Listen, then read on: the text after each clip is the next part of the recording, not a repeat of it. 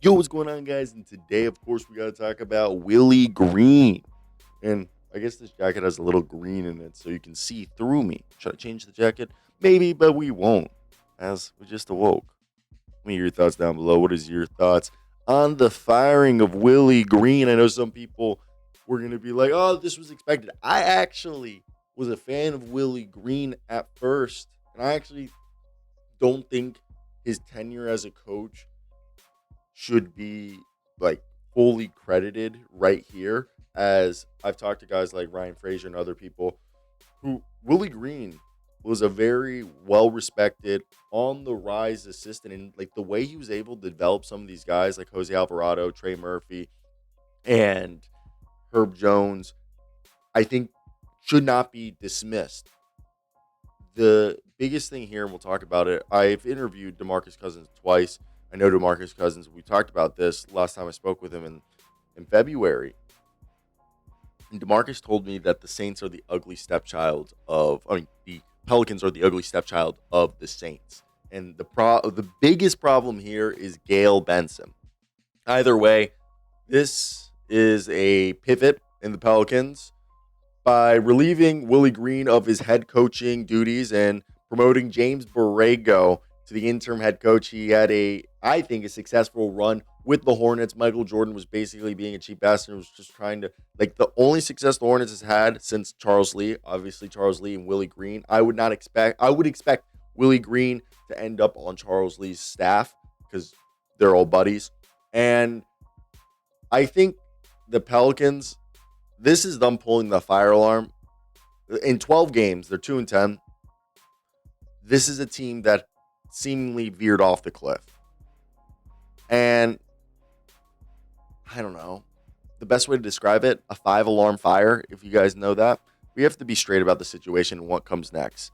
Why did this have to happen? I think on the floor, the Pelicans were unacceptable.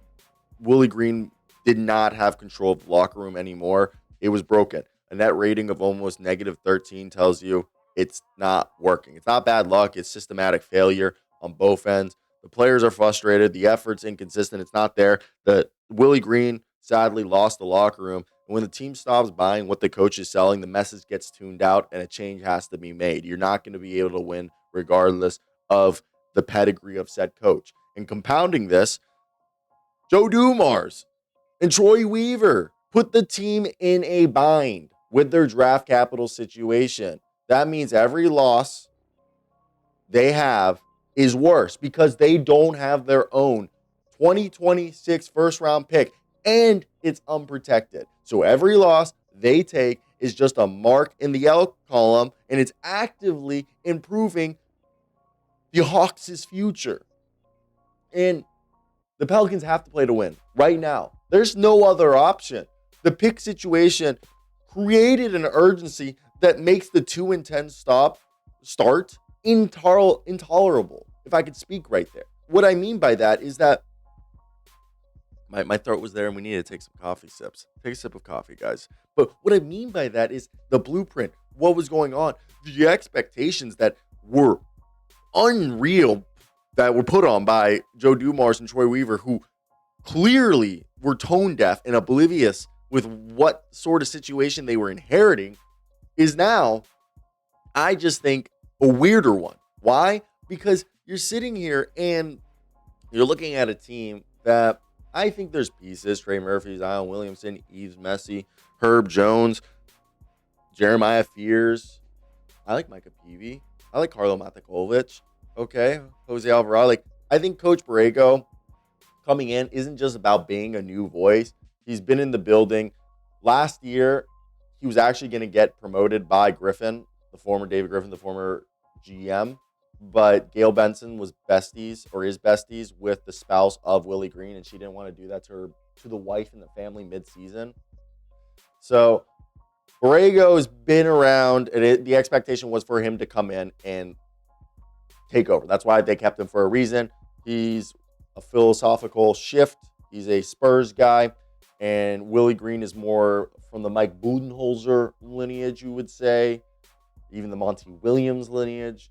And they're going to be installing the half-second offense, probably a modern pace and space offense that's going to be a lot more ball movement, player movement, and looking for high percentage shots. Look at some tape from the Charlotte Hornets when James Borrego was the head coach there for 4 seasons, and they were actually making the play-in.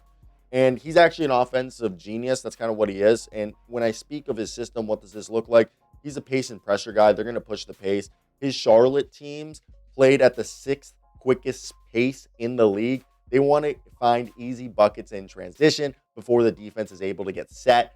They'll attack the paint. I think the Pelicans, especially with Trey Murphy and Zion Williamson, Jordan Poole, and Jeremiah Fears and Derek Queen, they're going to be relentlessly going to the rim. His Hornet squads were top 3 in shots at the rim. And the math is simple. Puts the players in the paint. Why? Because points in the paint win games. And the other thing is he's going to focus on spacing the floor. The Pelicans will spread the floor and hunt efficient shots. That system ranks second in the league in corner threes. And they have the shooters to do that with Jordan Hawkins, Trey Murphy, Herb Jones, Jordan Poole. Like, they have guys. They got to use them. And the ball has to pop. Look, Borrego's team's ranked third in assist percentage and second in assist to turnover ratio. And this will hopefully address the stagnant ISO-heavy offense that buried the Pelicans early this season. And defensively, I think they're going to be making a seismic fundamental scheme change where they're going to move away from Willie Green's complex help and recover scheme that requires sort of perfect execution and just constant focus, and will leave open cutters and needing guys to play on the weak side a lot more than some players are accustomed to a more switching, versatile, as I mentioned, switch-heavy scheme that is designed to smother the perimeter and run teams off the three-point line to the baseline instead of funneling them in. And Charlotte, when James Borrego was the coach, the change dropped opponents' three-point percentage from 37.5% to 32.5% almost overnight. Yeah, that's a big number. And look, the defense is aggressive. That's the whole purpose of it. It's not a free pass. Like, the guys who are going to be on the floor are going to be guys who are hustlers, high IQ, high effort players. It puts their bigs in space, which Yves Messi and Karl Matikovic can do. I think the concern will be Derek Queen, but it demands that everyone holds their own in isolation. You're going to be playing on an island. Crash the defensive glass, crash the offensive glass. It's a risk, but it's choosing which players are going to be committed to doing that on a night in and night out basis. And that's kind of like what you want when you're put in this situation. And to me, when I go over here and we're looking at the puzzles, I think the personnel is going to have to adapt to the system. And I think some of the fits will be more natural than others. Like, on paper, Zion Williamson is going to thrive in this. I think the spacing means less traffic for him to drive, a faster pace will allow him to get downhill.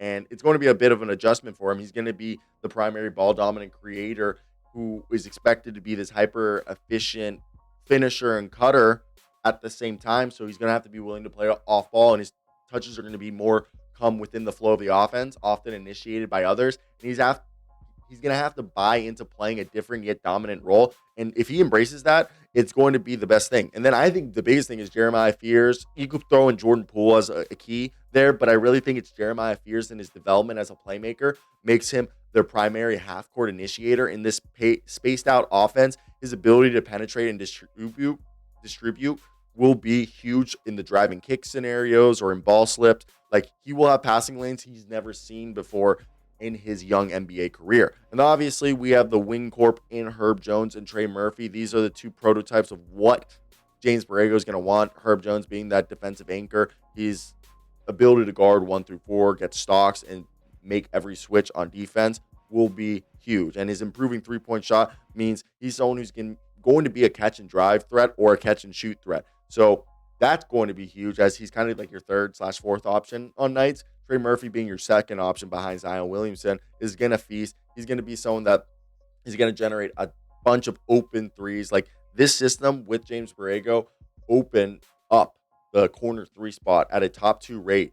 And this is built for a shooter of his caliber, and he's going to be letting it fly. And then the bigs, Yves Messi, Kevon Looney, and Carlo Matakovic. I know Cavani's in there, but having a guy like Looney, and they have DeAndre Jordan, but having guys who can show the young guys how to be a high IQ, a great brick wall screener and rebound. And maybe if you're not able to be a vertical shot blocker as you get older, to show Yves Messi and Carlo Matakovic, your ability to show that you can provide this positional stability and how to still be using your verticality and provide this backline of defense. And obviously, Yves Messi is a better defender, and Carlo Matakovic is, someone that I think is underrated. I just want to make this clear that I don't think this is a magic fix. Borrego has areas he must improve himself. His in-game adjustments were questionable. His rotation management have been questioned in the past. And in this high-pressured environment, he has to be able to quickly fix what isn't working. And this is a really weirdly hodgepodge roster that requires multiple on-ball, high-usage players, and putting them in this free-flowing system is going to be weird, but he did it with LaMelo. And furthermore, we know that they're in this weird spot. They have to win now because that 2026 pick is unprotected, while they're also trying to develop their recent draft picks in Jeremiah Fears and Derek Queen. So they're going to want energy development, basically harnessing. And Borrego has a reputation as a great developer, and that's what they need more than ever. But bottom line, this organization made a decision to trade that pick. The pressure's already been on, cooking like a kettle. And now they need a different offense, a more disruptive defense. The personnel might not be there to execute it, but you're hoping that it's on the coaches and players to buy in, lock in, and turn these things around. And with Willie Green out, I think the excuses are gone, and it's time to get to work. So let me hear your thoughts down below in the comment section. What do you guys think? I think it's definitely interesting, to say the least, but that's it. Bye.